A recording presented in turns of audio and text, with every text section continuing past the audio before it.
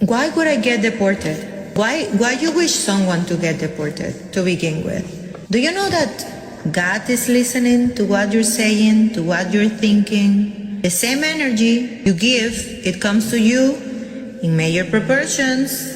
You know what she kind of sounded like, Socks, is a mom warning her kids before Christmas. Like, you better be good if you want Santa to come and not give you coal. God's always listening. My Wet Socks, hope you all are having a great day today. I woke up, had a couple meetings. Now I'm talking to you fine people. I woke up to an interesting message this morning on my last Jasmine, Gino, and Matt video. She made a story about you on her Instagram, ranting about you criticizing her, LOL. So naturally, this made me curious. I headed over to Jasmine's Instagram story, and this is what she posted. A lot of people talking about me to get attention. That's all they care about because their tiny little ego always craves for it. But I ignore them, not because they're right. It's just that you can see from miles they're just clowns.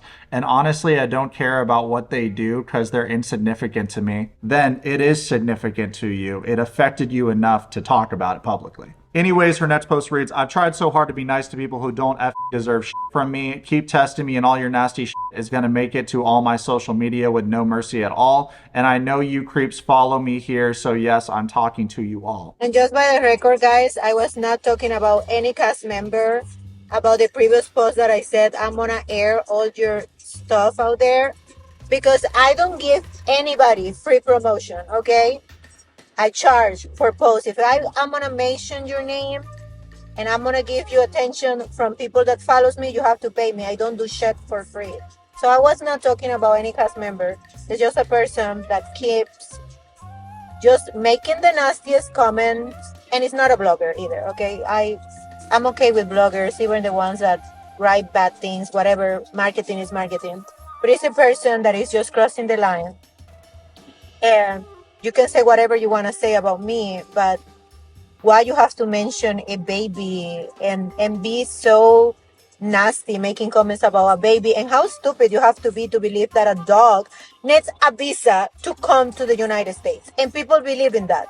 To be honest, you guys, I don't think she's talking about me because I never once said in my last video that Coco needed a visa to come to the United States. That's her dog that she brought instead of her children. I actually read a comment from a member of our community that pointed out you need additional paperwork when you're bringing an animal from a foreign country to the United States. So it doesn't make much sense that they put in that extra work for a dog and didn't bother to bring her children to the United States, because it just seems like she abandoned her children in Panama because she did. Let's not forget that her older child, Wanse, I believe is the correct pronunciation of his name. If I botch that, let me know in the comments.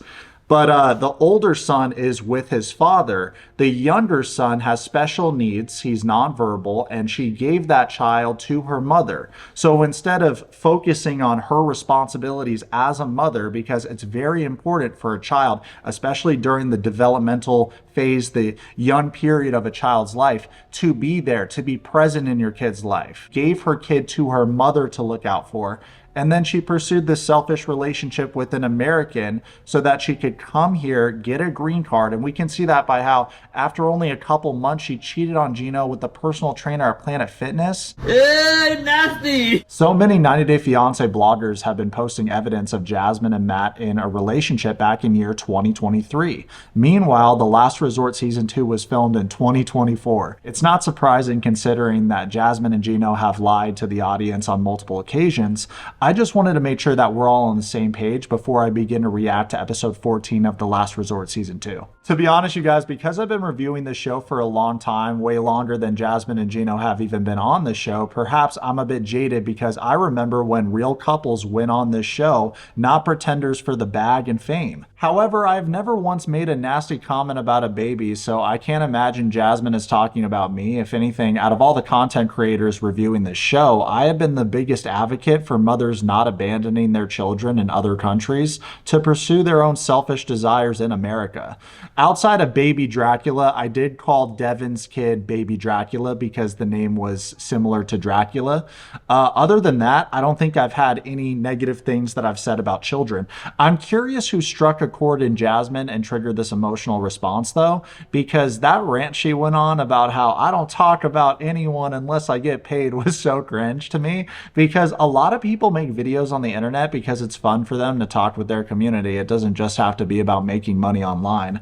I'm assuming whoever Jasmine is mad at isn't Fashion Nova, otherwise she would make about 20 posts about them. Jasmine posted on Instagram, Wanse is very sneaky. He goes on his nanny's IG to see my IG stories, and he's like, why that guy give you a champagne? Wanse is like a toxic boyfriend. Oh Lord, ... I came out of the shower with 10 missed calls from him. Just to called him and explained to him I just got an advertisement that I get paid for.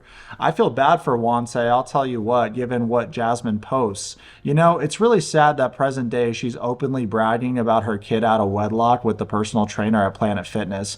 I'm sure he's thinking, what about my brother and I? And what about recent reports indicate that 90 Day Fiancé star Jasmine is expected to appear on The Single Life with her new boyfriend Matt while still being married to Gino. Revealing a pregnancy with Matt amidst marital issues with Gino, this storyline is likely to feature heavily on the upcoming season of The Single Life. You guys, can we talk about how messy and embarrassing this is? She came at Gino's ex so harshly, calling her a whore and talking about how her kids are probably getting bullied in school because she's an SW. Jasmine literally became all that shit she talked. Also, in what universe does it make sense to put Juno over here on The Single Life with her baby daddy? I thought that show The Single Life was for cast members that are actually single. Anyway, Socks, let's get started with our episode 14 review. Party bus. Party bus. You guys go ahead and grab in. Go ahead and get in. I'm gonna wait for Natalie. Aw, that's real sweet of Josh to hold the door open for the other creatures. He had some really interesting things to say about Jasmine and her baby daddy recently, by the way. Check this out. Jasmine is the master puppeteer. And I feel like Jasmine led all of us on at this resort. And she came up with this entire story because she was already cheating with Matt before the resort. Yeah. She already had a connection with him. And I think that she pushed for this open marriage so that she could hide what was happening with Matt. She took Gino for a ride, and she took us all for a ride. But I mean, I think didn't we say that though before? We did. We said it a lot of times. We I did, think, we did. before. But I mean, we were screaming at him. We were Yeah. like, Gino, do not have an open marriage. Like, you cannot. And if you do, it cannot be this guy. Okay, it cannot. He's like, yeah, I think you're right. I think you're right. And he would like listen to us for like 5 minutes. Yeah. But Jasmine was so brilliant. I mean, she pulled the wool over everybody's eyes until the end when we're all like, holy shit. I want to fight Matt for Gino. Let me tell you, I want to beat the shit out of Matt for Gino. That's what I want to do. Wow, really? Yeah, set it up. Okay, well, maybe I'll get in on that too. Okay. Then I feel like there's probably a lot of people that want to beat the shit out of Big Ed, so that will be an easy fight as well. Yeah, I mean, Big Ed is harmless. You know, Matt came in and destroyed everything, and I feel bad for Gino. Gino's my friend. I want to beat the shit out of Did anyone else find it brain dead how Josh asked Sarah to set up that fight like she was Dana White? Also, how excessive to try and fight Matt on Gino's behalf. It takes two to tango. Obviously, Jasmine has been moving like a sloot that shames for years. However, what we can't forget is for years, Gino has chosen to furiously beat his meat to women online instead of sexually satisfying his woman. Gino was a submissive simp that found Jasmine on a sugar baby dating website, so I don't understand why anyone would throw down to defend his honor. It's safe to say by now that the majority of the present cast of The Last Resort Season 2 is using each other in one way or another. I can make an argument that Josh is also a puppeteer with Natalie, and she was a puppeteer with Mike. Thanks for the green card, buddy. Bye. Only in America does that happen, by the way. Like, yes, I promise to spend the rest of my life with this person, US government. A couple months go by and the foreigner is banging another person. And for some reason, they don't get deported. Quite the conundrum. Got that? Yeah, thank you. Anyways, back on the show, Josh tells the audience he had a session with James about him and Natalie's relationship. During the conversation, Josh revealed he wouldn't be able to let Natalie go if she was walking away. When he says this, I'm thinking, durr, because why throw away the googly-eyed Ukrainian girl you're giga farming for content? I've had some individual therapy today. I'm hoping that we could start off on a good note and have a good night together. Okay. Okay? Natalie thinks that Benny and Ari leaving the resort shook up Josh, which is why he ran to have a therapy session. She's very hopeful that they can work harder on their relationship. Well, we have the most beautiful girls in this van, let me tell you. Give it up for Josh Casanova, everybody, aka the Rizzler. Forget about it. He proceeds to try and get a little too hot and heavy with Natalie in the van. want me to take you tonight? You want me to take you tonight? Sir, Josh says he's gonna toss her around tonight and Gino looks like he wants to uninstall. Josh then leans over for a kiss and tells the audience Natalie is looking really good tonight and physical chemistry is usually what brings them back together. Josh then asks Gino how many hats he owns and Gino gives a funny answer. Well, I have a whole room full of them. Do you? Dedicated to hats, yeah. Look, I'm just kidding. Wow, everyone's so fake for not laughing at this. Tough crowd, huh? No one else in the van thought that this was funny, unfortunately. Cutscene to Jasmine and Julia talking about Gino constantly wearing hats. Jasmine claims she loves Gino's bald head and confirms he takes the hat off when they have sex, which hasn't happened in a minute. Back in the other van, Josh is trying to fool around with Natalie in the back seat. Gino, tell him stop. What you guys doing back there? I don't do nothing. Oh, it's way too bright in this van to get away with anything in the back seat, so Josh should just wait until he finds a porta potty or something romantical. Pull a Cam Brady. Another funny part happens. Natalie interrupts Gino as he's digging for gold. Gino, boy, Yes. tell me something. Where is your other half? She's in the other van. I don't know why. Why she's not with you? Maybe she doesn't want to be with me. I don't know. Jeepers, what gave it away, Gino? Your wife getting her back blown out by the trainer at Planet Fitness? Remember in one of the past seasons, Socks, when Jasmine mentioned that Gino didn't want to drive her to the gym? Well, How she cannot want to be with you? Look at you. You're such a great person. Natalie can't say Gino's handsome, so she says he's a great person. That's funny, trying to pick the simp up when he's down. Gino goes on to say that Jasmine has been really nice to him the past couple of days, and if they keep it up, he thinks they can turn their entire relationship around. Jasmine. You licking your toe? Your toe? Oh, did she lick my toes here? Yeah. Not yet, but it's not a bad idea. Ew, grown-up fetus Gino made a stinky winky. He goes on to say that he needs his big toe and in between the toes licked.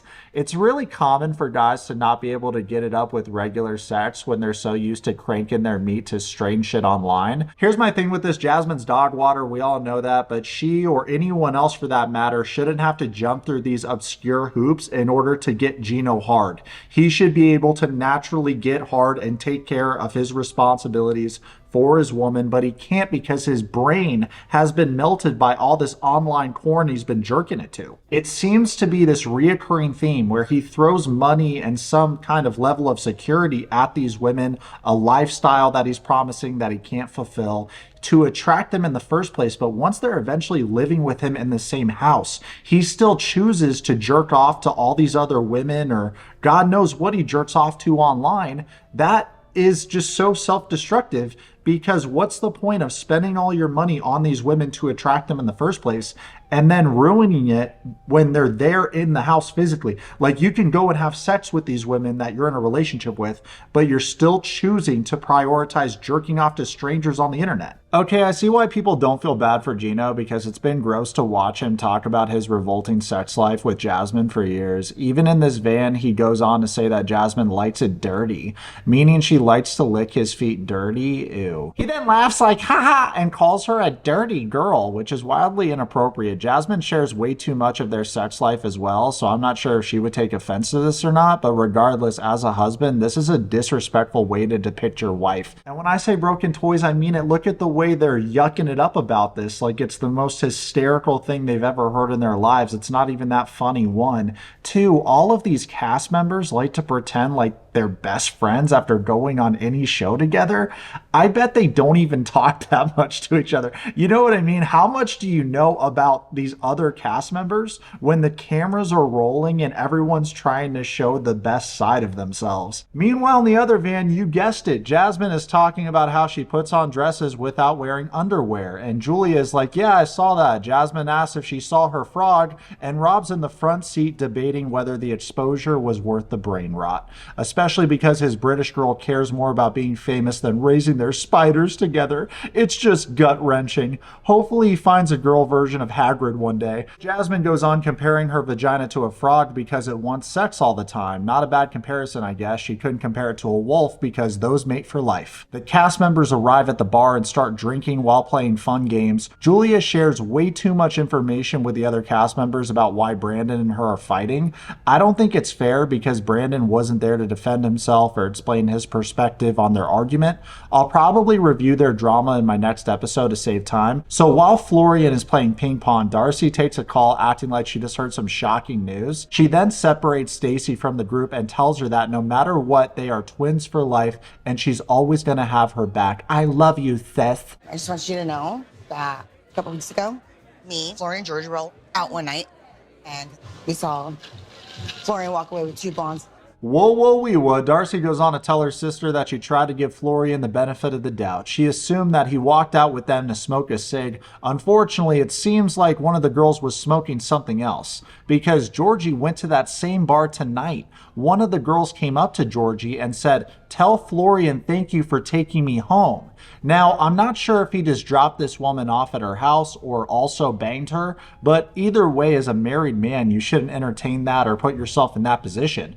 I'm actually really surprised that Georgie reported this information to Darcy because Florian was a big promoter of his, actually. Florian's a huge reason why Darcy and Georgie got back together. Some could argue that if Florian didn't make Georgie his best man at the wedding, Darcy wouldn't be together with him present day. So I'm not entirely sure if Darcy faked that conversation because that seems like something she would do, or this is legit. We're gonna have to keep watching, but this is juicy drama. Stacy says that she has had a gut feeling Florian has been cheating on her. Right now, you could fry an egg on her head. She's pissed. Stacy says to the audience that Florian on many occasions has been coming home late with makeup on his shirts. She embraces her sister as she howls, "I've cried enough tears over that shitter. I'm just freaking angry right now." Darcy is telling her sister to stay calm even though it's not okay. Stacy also said there are times when she falls asleep and Florian goes back out. So after mentally preparing herself to confront her Neanderthal husband, she walks over to the group and asks Florian if they can speak in private. They walk outside. Right away, Florian assumes Darcy told Stacy something that would cause drama in his relationship.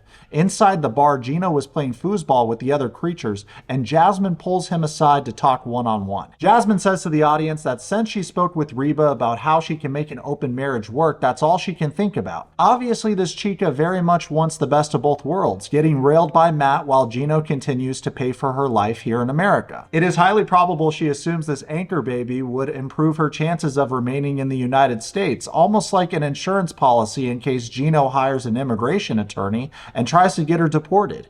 Jasmine says having an open marriage goes against everything that I ever believed and wanted for me as a married woman. This entire reenactment seems to be about Jasmine saving face in front of the audience. You know that today I have my therapy with Reba, right? Okay, yeah. We talk about open marriages, and she actually told me like the right terminology. Jasmine is already aware that Gino isn't comfortable with an open marriage, yet is still trying to convince him this is the way to save their marriage. It is called an ethical, non-monogamous marriage. Ethical?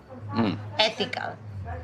I wouldn't say it's ethical. Okay. Ethical non-monogamy is a made-up term by a bunch of people without good morals to justify their undisciplined partnership. Marriage is between two people. We actually read the definition in my last video.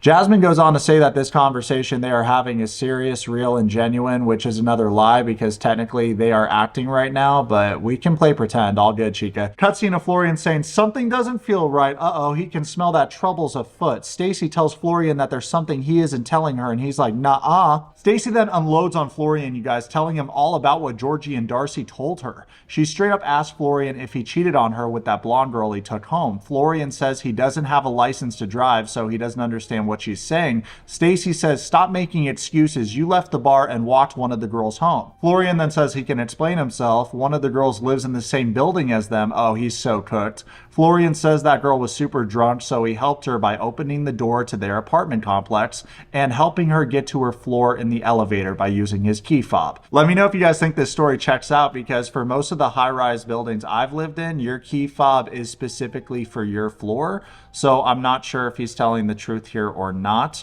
Regardless, him leaving the bar to walk with this woman back to their building is wildly inappropriate. I don't care how drunk she is. It's not your problem. You're married, buddy. What is Florian doing going out drinking with Darcy? He knows Darcy is an op and she's wildly jealous about her sister's relationship. Take her to her door. No. Okay. Well, you know, you said that the first time you cheated on me. Oh, we just kissed. There's a pattern here. Florian needs to show more gratitude. After all, Stacy's the reason he could get those big-ass teeth in the first place. We all know he hasn't had a job since he got to the States outside of reality TV show appearances. Stacy reminds Florian that she has seen him flirt with girls and girls flirt with him multiple times. I believe her because I've seen him put his arm around Natalie on this show while trying to calm her down. If you're married, you shouldn't be comforting and touching another woman so casually like that. Hopefully, Stacy finds better than what she settled for. I have no doubt in my mind that Darcy specifically chose this time to strike because they're both on this show, and you know, it's almost like she puts this drama in her back pocket to unleash it on the last resort instead of telling her sister right when Florian left the bar with these women. I feel like any other sister would have picked up the phone and called their sister to let them know what's going on. Anyways, Stacy says that she can tell by his body language he is guilty, and I agree with that. Florian hits Stacy with the classic line, "Are you really going to believe your sister or me?" But remember, he's got big fake George Washington teeth, so he sounds like Albanian Rocky when he says this. Are you husband like I had full time back? Why would you lie about something One like this? second, 1 second. You have an excuse for everything. 1 second, sis. I don't need this anymore.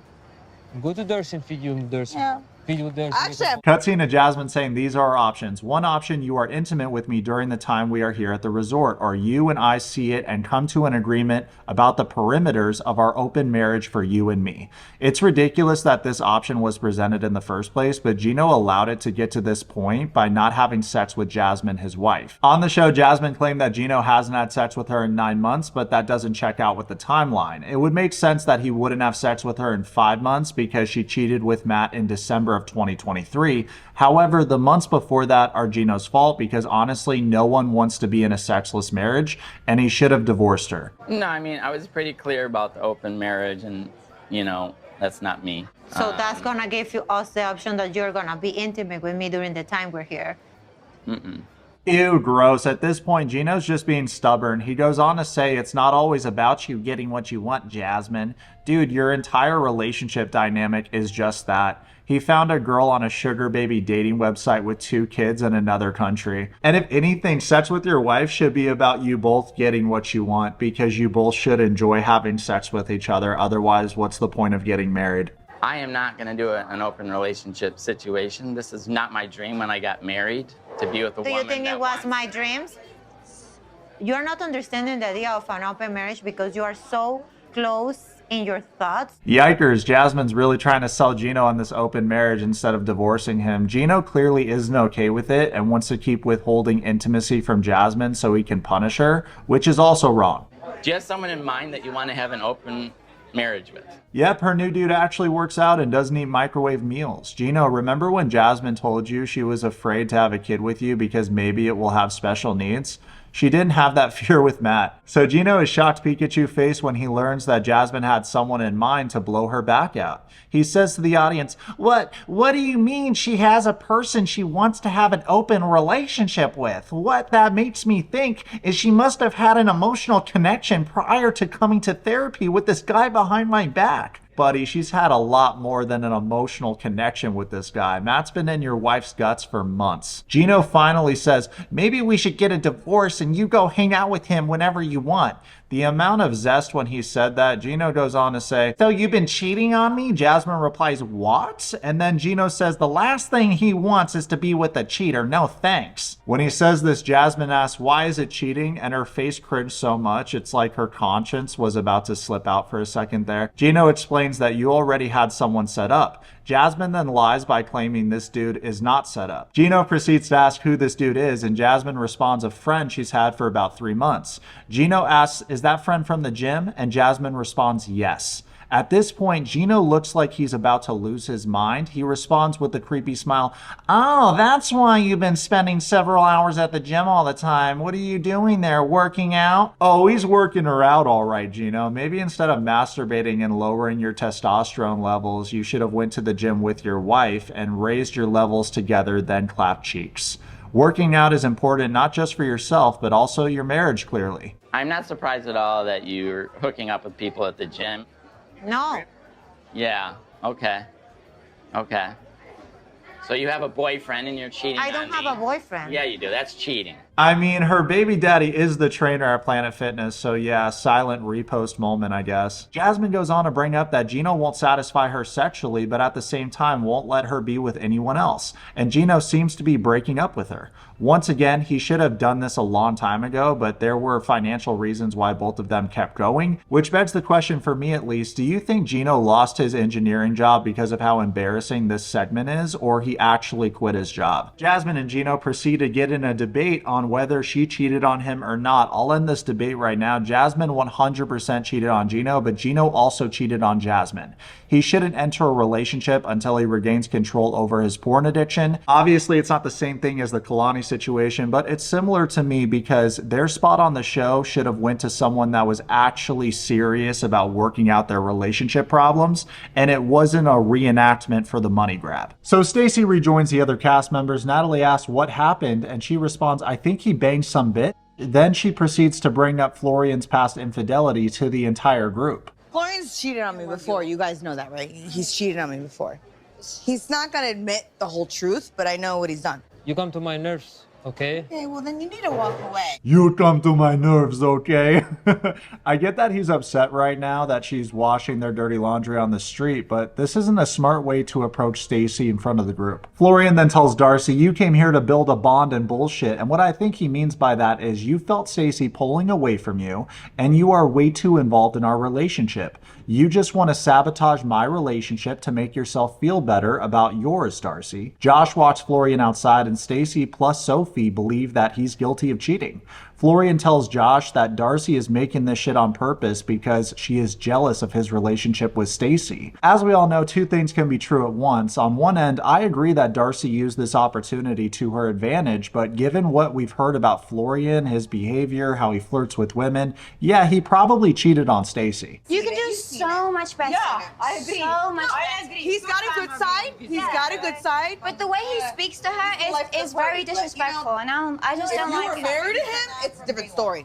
This is what grinds a lot of fans' gears with Stacy. She just said that this was the last straw and made it seem like she was about to break up with Florian, but now she's flip-flopping. As toxic as this is, I don't believe she's gonna leave Florian because she doesn't want to be single, especially if her sister is in a relationship when she's not. Right now, I don't think we're gonna fix it because there's all these girls around. There's like a lot of female support and it's being amplified. So I don't think it's gonna get fixed tonight. Josh has a point here. Also, is anyone else surprised that Florian hasn't whipped out his phone to call Georgie, that treacherous rat? I don't know if I already said this or just thought it, but this is complete darkness. I mean, I'm talking top 10 anime betrayals, because if Georgie wasn't in Florian's wedding, if Florian didn't make him best man, I don't think that they would be together.